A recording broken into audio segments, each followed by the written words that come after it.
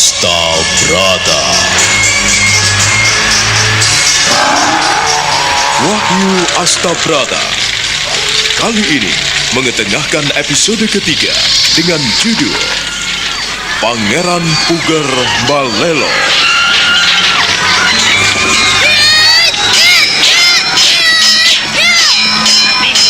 Cerita ini ditulis dan diolah oleh Bu Nergis Muriono. Pengarah cerita dan naskah Agung Bahrodi. Ilustrasi musik Hari Sabar. Teknik dan montase Jamie Mumu. Dengan sutradara Ferry Fadli.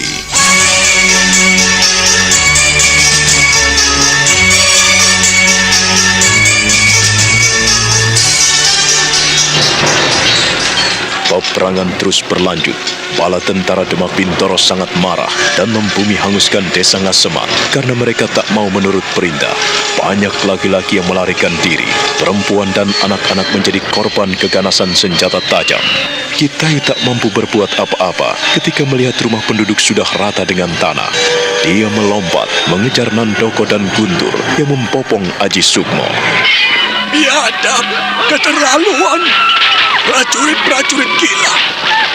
Aku tidak akan membiarkan mereka bertindak sewenang-wenang. Semua mundur! Mundur! Selamatkan diri kalian! Jangan ada yang melawan!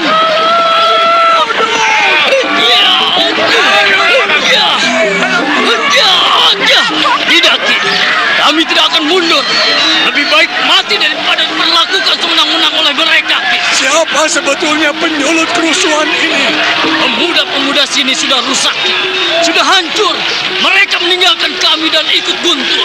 Siapa itu Guntur? Guntur adalah seorang perwira yang membawa lari bocah kecil tadi, Ki.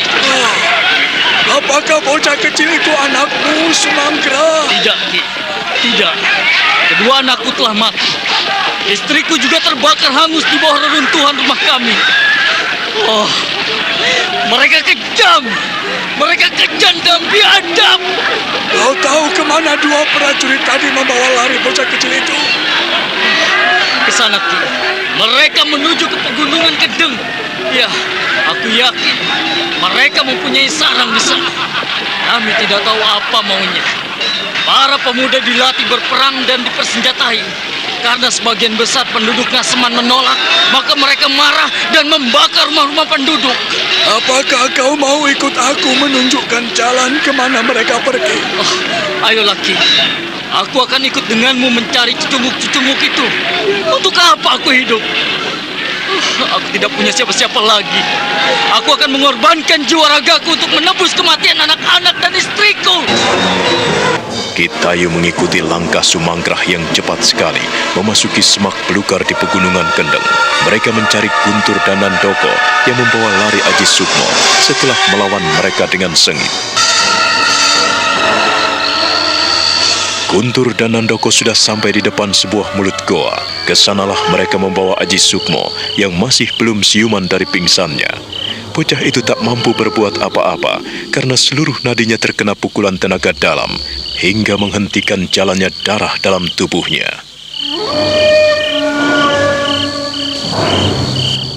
Untuk apa kalian repot-repot membawa bocah kecil kemari, Guntur? Nandoko, untuk apa? Hah? Merepotkan saja. Ampunkan hamba berdua, Kanjeng Patih. Kami membawa anak kecil ini kemari karena kami pasti sangat membutuhkan tenaganya. Untuk apa? Untuk apa, Nandoko? Bocah kecil tidak becus melakukan apa-apa kecuali merepotkan kita. Hah? Kalian benar-benar goblok dan tolol. Kanjeng Patih, ampunkan hamba. Hambalah yang berniat membawa bocah kecil ini. Kanjeng Patih pasti akan senang jika tahu siapa dia. Senang apanya? Senang apanya? Senang apanya? Aku paling muak jika kalian main-main seperti ini. Tidak ada bocah kecil yang bisa membantu kita dalam peperangan, ha? Kalian benar-benar tolol dan goblok. Sama saja aku memelihara kerbau-kerbau dungu. Ampunkan hamba, Kanjeng Patih. Jika Kanjeng Patih tahu, tentu saja tidak marah. Mohon dengarkan kami dulu. Ada apa lagi? Hah? Ada apa lagi? Kalian hendak mempermainkan aku?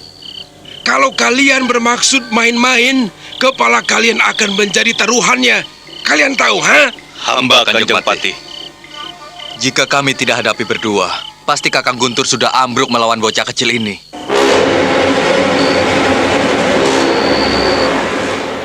Dapatkah ku percaya apa yang kau katakan, Nandoko? Aku tidak salah dengar. Hamba Kanjeng Pati. Kanjeng Pati tidak salah dengar. Kanjeng Pati mendengarkan yang sesungguhnya. Bocah kecil ini memiliki kemampuan yang luar biasa. Ia bisa melindungi anak-anak dan para perempuan yang kami kejar. Aku tidak percaya jika tidak melihat buktinya. Kalau Kanjeng Pati ingin membuktikannya sendiri, baiklah. Kakang Guntur, kita harus membangunkan bocah ini. Jangan dulu, Nandoko. Kalau ia buru-buru bangun, akibatnya bahaya sekali. Ia bisa mengamuk. Alah, cepat bangunkan dia. Aku tidak sabar mendengar keterangan kalian. Aku hanya butuh bukti. Aku tidak butuh kata-kata kalian. Ayo Kanjeng cepat Pati. bangun. Ayo cepat bangunkan. Hamba mohon Kanjeng Pati sudi bersabar. Hah? Kami sendiri kewalahan. Dia memiliki kekuatan yang luar biasa. Dia mampu merobohkan beberapa orang prajurit sekaligus dalam sekali gebrakan, Kanjeng Aku Pati. tidak mau tahu. Aku tidak mau tahu. Apapun dan bagaimanapun dia, aku ingin tahu. Ayo, bangunkan dan aku akan menjajal sendiri kemampuannya. Cepat!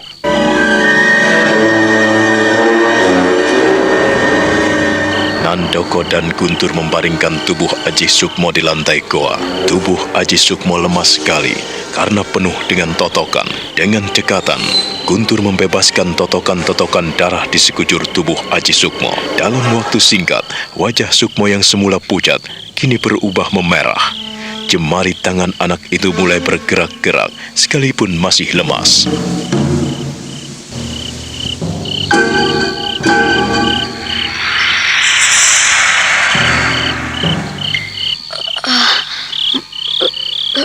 Gimana aku? Kau tidur nyaman di sini, bocah kecil. Ku minta kalian minggir. Jangan menampakkan diri padanya. Cepat, minggirlah. Hamba Kanjeng Pati. Oh, gimana aku? Mengapa gelap sekali? Tenanglah. Kau baru saja bebas dari pukulan berat. Tenanglah bersama Eyang Gending. Eyang Gending. Iya, aku Eyang Gending. Panggillah aku sebagai eyangmu. Eyang Gending. Siapa Eyang Gending? Eyang Gending adalah orang yang menyelamatkan dirimu dari bencana perang. Kalau Eyang tidak menolongmu, tentu saja kau sudah mati. Kau tidak kenal aku? Aku tak kenal kamu. Mengapa mau menolongku? Menolong sesama adalah kewajiban setiap orang, cucuku. Seperti kau telah menyelamatkan kawan-kawanmu dari bencana perang ini. Tapi aku tidak butuh pertolongan siapa-siapa. Aku bisa menolong diriku sendiri. Kalau kedua orang itu tidak curang, aku pasti akan membunuhnya. Barangkali demikian, cucuku. Tapi kau harus ingat, sekarang kau ada di tangan Eyang Gending. Tak ada seorang pun yang kubiarkan melukaimu ataupun menyakitimu. Tidak, tak akan kubiarkan orang lain menyentuhmu. Eyang Gending, mengapa kau baik kepadaku? Karena kau membela kebenaran dan keadilan. Aku senang sekali melihatmu yang berjuang gigih membela sesamamu. Baru kali ini Eyang melihat bocah kecil mau mempedulikan kepentingan sesamanya. Itulah yang membuatku tertarik padamu, cucuku.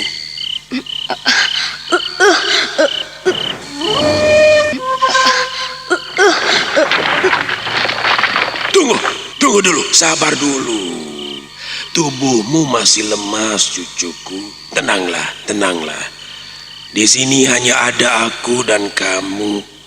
Hanya ada Eyang yang menungguimu. Kau jangan khawatir. Kau masih lemas. Tentu saja tak akan bisa melompat sebebas kemauanmu. Sabarlah. Kalau kau tak sabar, tubuhmu bisa sakit parah. Mengapa tubuhku menjadi lemas, Eyang? Iya, tubuhmu menjadi lemas karena kau baru saja bebas dari pukulan tenaga dalam. Untuk mengembalikan kekuatanmu, maka kau perlu cukup istirahat, cucuku.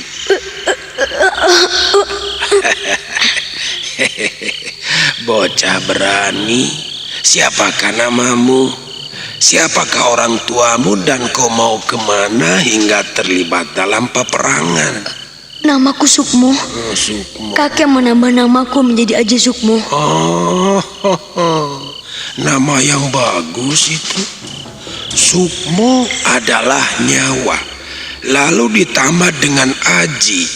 Aji adalah sesuatu yang sangat berarti. Barangkali kau dilahirkan ibumu dengan taruhan nyawanya, maka kau diberi nama Sukmo. Sukmo. Siapa orang tuamu, Sukmo, dan di mana mereka tinggal? Ayahku bernama Wari.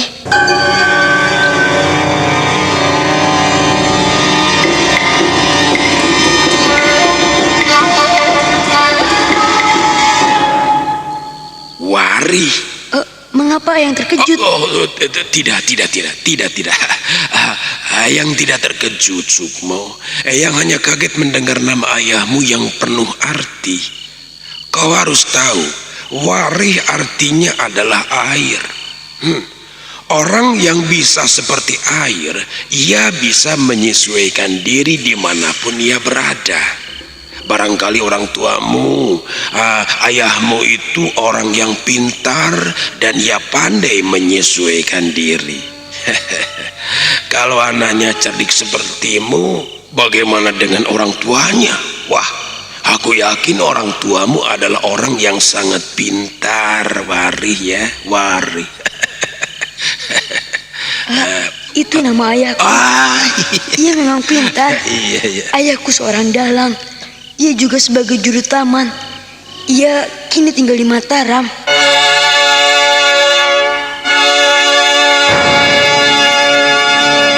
Patih Gending buru-buru menarik tangan kanannya ketika hendak membelai rambut Aji Sukmo. Matanya mendelik dan mulutnya setengah menganga. Dia tidak percaya jika tangannya seperti disengat ribuan lebah. Untuk menutupi keterkejutannya, dia membuang muka dan mengusap wajahnya dengan tangan kirinya.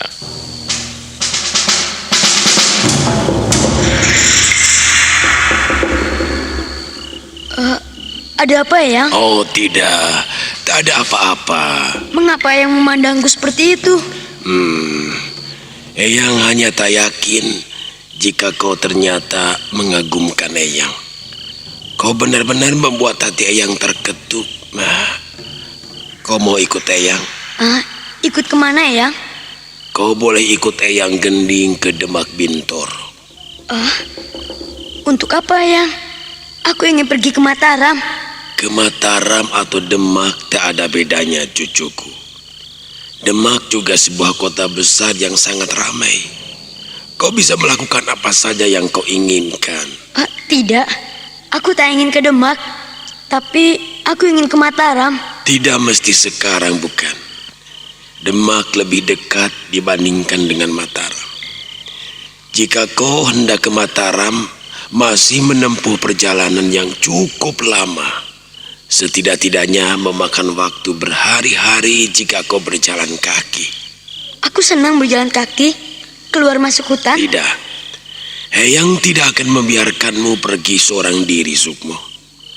Eyang tidak tega jika kau mendapat rintangan dan halangan di dalam perjalananmu. Jangan, Ger, jangan. Jika kau hendak ke Mataram, kau harus mau menunggu Eyang. Eyang juga sering pergi ke Mataram. Tapi ku minta kau mau mendengarkan Eyang. Kau ikut saja dengan Eyang. Jangan pergi kemana-mana. Aku yakin kau akan menjadi orang besar jika mau mendengarkan Eyang. Besok pagi Eyang akan melatih orang-orang desa. Melatih para pemuda yang akan menjadi seorang prajurit dan pendekar-pendekar tangguh. Apakah kau tidak tertarik?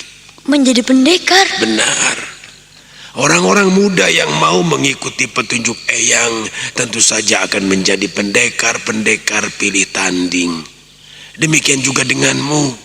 Jika kau mau ikut Eyang, maka kau akan menjadi seorang pendekar besar. Tapi, mengapa di sini banyak terjadi pertumpahan darah, Yang? Kakek bilang bahwa seorang pendekar sejati pantang menumpahkan darah sesamanya. Benar. Pendekar sejati memang pantang menyakiti sesamanya. Ia pun tidak akan menumpahkan darah sesamanya jika tidak terpaksa. Ingat, jika tidak terpaksa. Aku tak mengerti. Pesan kakek tidak begitu. Siapa kakekmu? Kakekku bernama Wulung.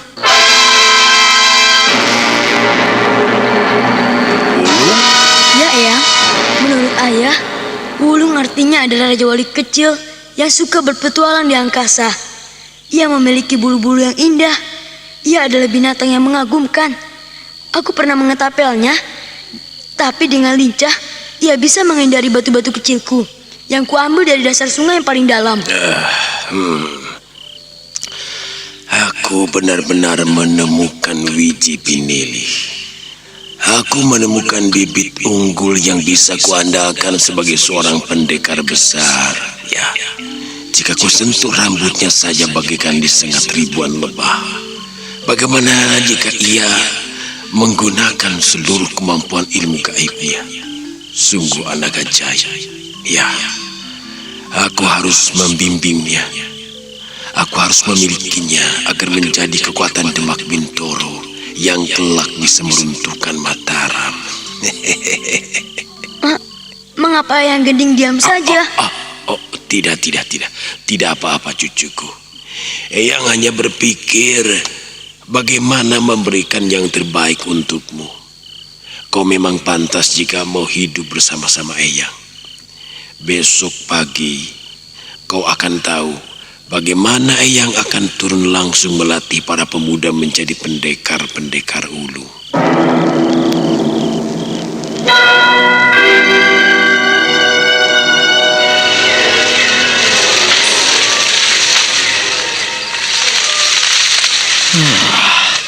Mereka selalu lenyap di hutan kendeng ini, Ki. Aku pernah melihatnya sendiri. Apakah kau tidak tahu di mana letak persembunyian mereka? Mereka seperti para siluman yang hanya menampakkan diri di malam hari. Aku mesti menyelidikinya sendiri. Mereka lenyapnya di sekitar sini, Ki. Kita harus mencarinya sampai ketemu, Ki. Aku benar-benar tidak terima dengan perlakuan mereka yang biadab dan senang-menang. Dasar tikus-tikus. Tidak berani menampakkan diri. Ki, kita harus berpencar.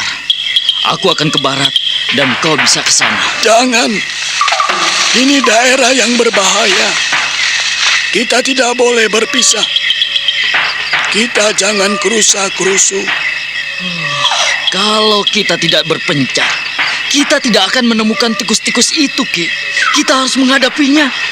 Aku lebih baik mati daripada melihat kebiadaban mereka. Hati-hati kau bicara, Sumanggra. Hati-hati. Jangan terlalu jauh. Ada apa, Ki? Aku melihat seberkas sinar. Sinar? Di mana, Ki? Ikutilah aku.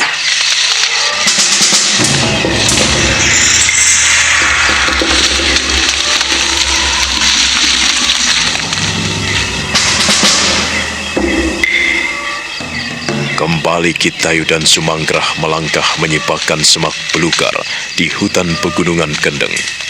Mereka menuju ke tempat di mana Kitayu melihat seberkas sinar yang telah lenyap dalam kegelapan malam. Sumanggrah berdebar-debar karena merasakan keganjilan di kawasan wilayah itu.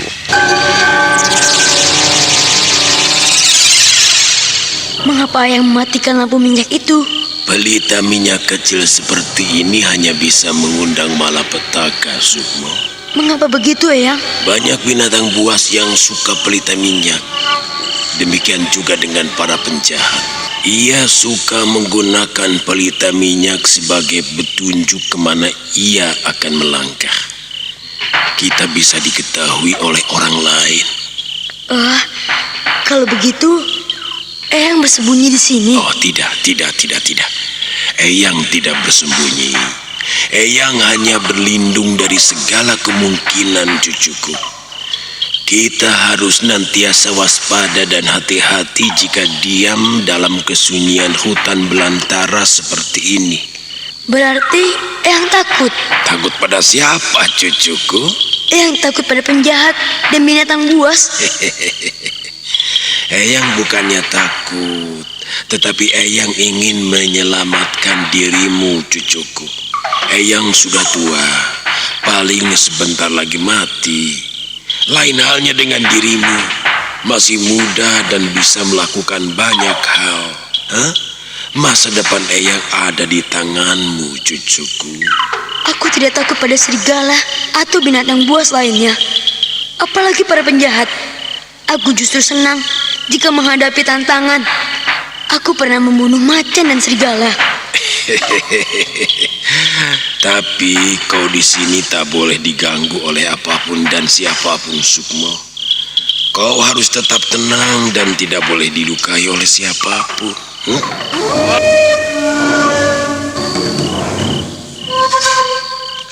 Oh, Kanjeng Patih benar-benar cerdik. Ia bisa menghadapi dan mengendalikan bocah itu. Dan dugaanku benar. Kanjeng Patih pasti menyukai bocah kecil itu. Kita pantas mengacungkan jempol buatnya. Bocah kecil itu masa depannya cerah. Ia bisa menjadi seorang pendekar besar. Ia memiliki keberanian luar biasa, Kakang. Ia ternyata anak Kiwari Adinandoko. Oh, luar biasa. Ia punya bibit unggul. Sukmo, calon pendekar pilih tanding yang akan memperkuat Demak Bintoro. Tapi kalau Kanjeng Patih tidak hati-hati, bocah kecil itu bisa menjadi bumerang.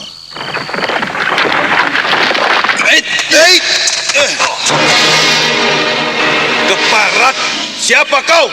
Jangan lari. Bajingan-bajingan tengik. Kalian yang membunuh anak istriku. Tutup mulutmu. Jangan menuduh sembarangan. Kau belum tahu siapa kami. Kalian adalah prajurit-prajurit yang tidak tahu diri. Jaga mulutmu kalau tak ingin hancur. Guntur, kau seorang prajurit yang menyalahgunakan kedudukan. Sebagai prajurit, hendaknya melindungi orang-orang lemah, bukannya menghasut dan membunuh perempuan dan anak-anak kecil. Monyet jelek, siapa kau? Siapa kau? Namaku Sumanggala, yang dikecewakan oleh sikap tak sopan dan biadab oleh para prajurit Demak Bintoro. Sudah, Kakang. Tunggu apa lagi? Bereskan saja.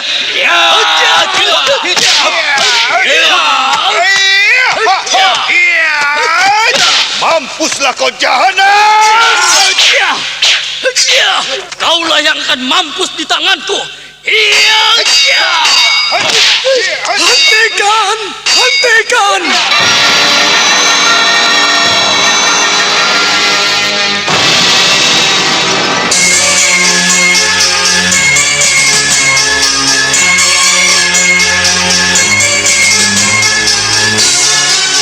Nandoko dan Guntur terkejut sekali ketika dua kali teriakan orang yang tak dikenalnya mengandung kekuatan luar biasa. Mereka seperti disapu badai hingga terpental beberapa ujung tombak. Tubuh mereka terhuyung-huyung, merasakan hawa panas yang menampar wajah dan tubuh mereka. Muncul di depan mereka seorang lelaki tua dengan jenggot sangat panjang dan serba putih. Lelaki tua itu mengenakan pakaian serba hitam dan sangat sederhana. Nah, apa yang akan terjadi selanjutnya? Saudara pendengar, silakan menunggu seri berikutnya dalam serial Wahyu Astabrata ini. Sampai jumpa.